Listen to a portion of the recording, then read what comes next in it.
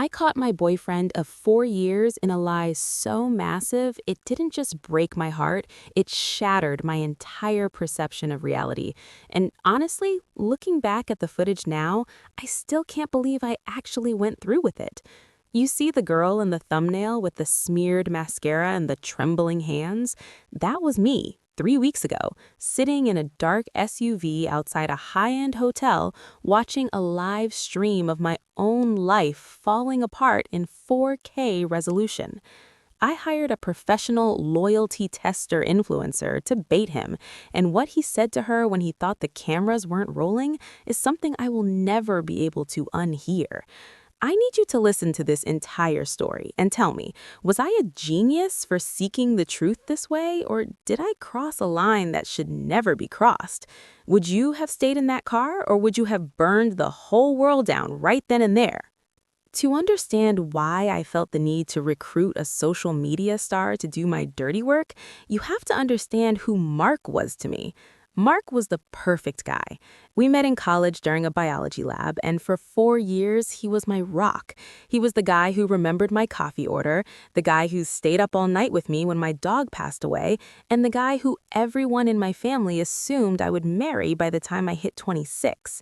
He worked in high-end real estate, which meant he was always dressed in tailored suits, always smelling like expensive cologne, and always, and I mean always, on his phone. I never thought anything of it because in his line of work, a missed call could mean a missed commission. But about 6 months ago, the work calls started happening at 11 p.m. The weekend open houses started requiring him to stay overnight in cities only 2 hours away. I felt that cold, prickly sensation in the back of my neck, the one every woman knows but tries to ignore because she doesn't want to be the crazy, insecure girlfriend. I started noticing small things, like how he suddenly changed his passcode, or how he would flip his phone face down the second I walked into the room. When I finally confronted him, he gave me this look of pure, calculated disappointment. He told me I was being emotionally exhausting, and that his hard work was all for our future. He made me feel like the villain for even doubting him. That's when I realized that if I tried to catch him myself, he'd just outmaneuver me. He was too smart, too polished. I needed someone he wouldn't see coming. I needed a predator who specialized in men like him. That's when I reached out to Chloe. If you spend any time on social media, you know who she is. She's stunning, she's sharp, and she has over 2 million followers who watch her loyalty test series religiously. She targets men whose partners suspect them of straying, and she uses herself as the ultimate bait to see just how far they'll go. I sent her a long DM explaining my situation, expecting to be ignored, but she replied within an hour.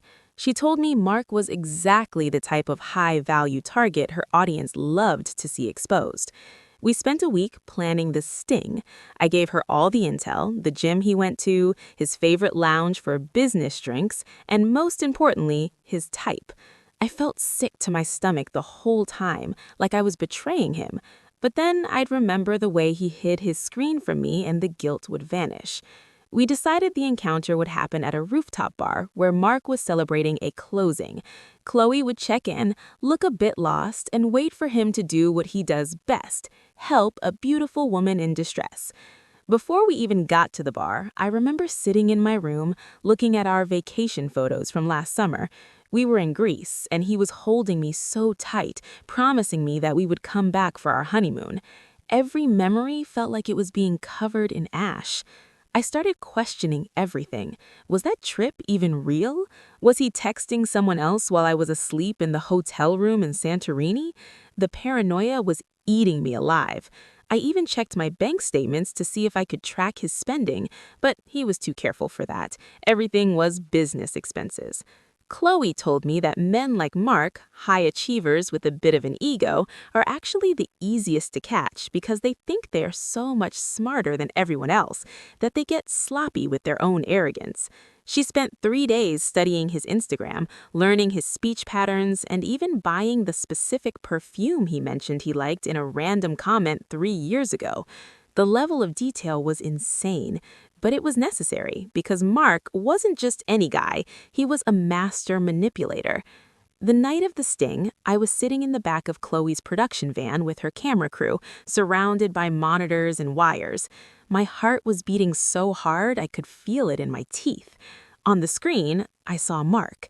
He looked handsome, laughing with his colleagues, looking every bit the man I loved. Then, Chloe walked in. She was wearing a dress that was basically a weapon of mass destruction. She approached the bar right next to him, pretending to struggle with her phone. Within 30 seconds, literally 30 seconds, Mark had turned away from his friends to talk to her. I watched him use the same charming smile he used on our first date. I watched him lean in close to hear her over the music. He didn't just talk to her, he was auditioning. He told her he was single, he told her he was a lone wolf looking for someone who matched his energy. He didn't mention me once, not as a girlfriend, not as a friend, not even as a roommate. I was completely erased from his life in a matter of minutes. As the conversation progressed, he started getting more comfortable. He told her about his penthouse apartment, which was actually our shared rental, and how he was looking for someone sophisticated to share his success with. I saw him reach out and touch her arm, a gesture he usually only did when he was trying to be deeply sincere. Seeing that intimacy used on a stranger was like being stabbed.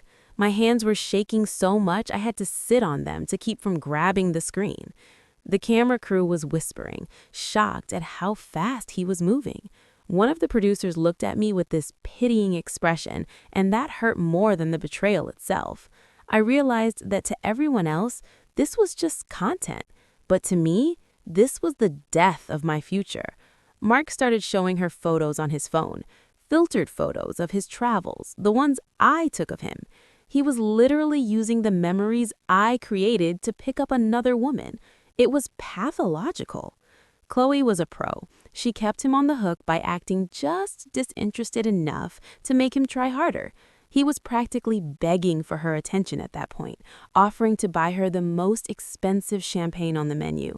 So that is the situation I was in.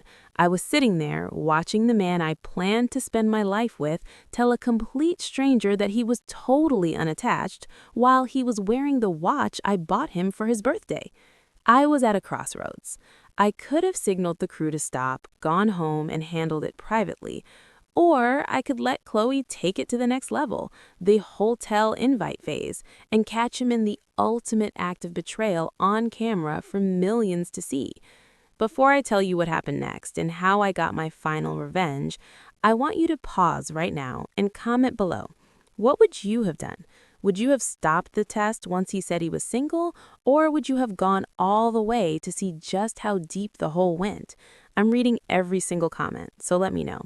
The crew looked at me, waiting for the signal. I felt a wave of cold fury wash over me, replacing the sadness. I whispered, "Go all the way." Chloe played her part perfectly. She told him she was staying at the hotel attached to the bar and that she had a bottle of vintage wine she couldn't possibly finish alone. Mark didn't even hesitate. He didn't call me to say he'd be late. He didn't even text. He followed her to the elevator like a moth to a flame. We moved the van closer, and the camera crew followed them, discreetly, of course, with hidden body cams. While they were in the elevator, I saw Mark check his reflection in the gold-plated doors, fixing his hair and straightening his tie. He looked so proud of himself. It was sickening. Once they got into the suite, the conversation took a darker turn. Chloe asked him if he had a girlfriend, giving him one last chance to be a decent human being. He laughed, a cold, dismissive sound, and said, "There's a girl I see, but it's nothing serious. She's just a placeholder until I find what I'm really looking for." A placeholder. 4 years of my life, through his promotions, through my father's surgery, through every holiday and every Tuesday night, and I was just a placeholder? He started talking about how I was suffocating him with talk of marriage and how he felt like he was charity dating me. He told Chloe that I didn't have his ambition and that he needed a woman who understood power. I was sitting in that van and I felt my soul leave my body. All the times I had cooked him dinner while he worked late, all the times I had defended him to my friends who said he was too arrogant, it was all for a man who viewed me as a temporary convenience. He actually started pouring the wine, clinking his glasses against Chloe's, toasting to new beginnings. I decided right then that I wasn't just going to break up with him, I was going to dismantle his life with the same precision he used to lie to me. I signaled the crew that I was coming in. I didn't want the reveal to happen through a screen. I wanted to see the light leave his eyes in person. I walked through the hotel lobby, past the smiling receptionist, feeling like a ghost. When I reached the door of the suite, my heart was oddly still. The adrenaline had peaked and left me in a state of hyper-focus. I heard him laughing inside, probably telling her another lie about his adventurous life. I used the keycard Chloe had tucked under the door earlier.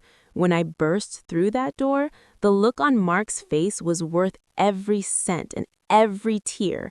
He literally fell backward off the sofa, spilling red wine all over his light gray suit, the suit I picked out for him. Chloe stepped back, pulling out her main camera and saying, "Mark, you're on loyalty test, and guess who's watching?" He tried to go into damage control mode immediately. He started stuttering, saying it was just a joke and that he knew it was a setup the whole time. He actually had the nerve to say, "Babe, I was just playing along to see how far she'd go. I was going to tell you about it tonight." But the footage didn't lie. The things he said about me, the pure vitriol he spewed, couldn't be explained away. I didn't scream, I didn't cry. I just walked up to him, took the watch off his wrist, and told him he had exactly 2 hours to get his things out of my apartment before I threw them off the balcony. He tried to grab my arm to plead his case, but the camera crew moved in, and he realized he was being filmed from 3 different angles. His ego couldn't handle the exposure. He went from pleading to shouting, calling me a psycho, and telling Chloe she was bottom-feeder trash. It was the most honest I'd ever seen him. He finally showed the world the monster I had been living with. I left him there, standing in a room full of cameras and spilled wine, and walked out into the cool night air. The aftermath was messy. Chloe posted the video and it went viral. I mean, millions of views in 24 hours. Mark's face was everywhere. His high-end clients started seeing the video, and within a week, his brokerage let him go. They couldn't have a guy who lied about his entire identity, representing million-dollar properties. Even his parents called me, crying, saying they had no idea he was capable of saying such cruel things. He tried to sue me, he tried to sue Chloe, but he had signed a waiver at the bar under the guise of a marketing release Chloe's assistant handed out that protected us legally. He lost everything, his job, his reputation, and the placeholder he thought he could always go back to. I spent the next few weeks changing the logs, blocking his number, and going through a weirdly liberating process of deleting 4 years of digital lies from my phone. I found out later from one of his former colleagues that he'd been doing this for years, different girls in different cities during his business trips. I wasn't the first one, but thanks to Chloe and my own refusal to stay blind, I was definitely the last one he'd ever get to gaslight like that. Looking back, I don't regret it for a second. Some people say I was extra or that I shouldn't have made my private life public, but Mark was a public liar. He used his charm to gaslight me for months, and the only way to break his spell was to show the world and myself who he really was. The moral of the story is trust your gut because it's usually screaming the truth when your heart is trying to whisper excuses. If someone makes you feel crazy for asking for the bare minimum of honesty, they are the problem, not you. Sometimes you have to burn the bridge to make sure the monster can't follow you across it. I am finally at peace, and for the first time in 4 years, I don't feel like I'm waiting for the other shoe to drop. I'm building a life that is actually mine, not a performance for someone else's ego. Like this video if you were on my side and think Mark got exactly what he deserved. If you think I went too far by using an influencer, tell me why in the comments. I can take the heat. Subscribe for more stories like this one because believe me, I have more to share. Share your final thoughts on this whole mess in the comment section below. I'll see you all in the next story.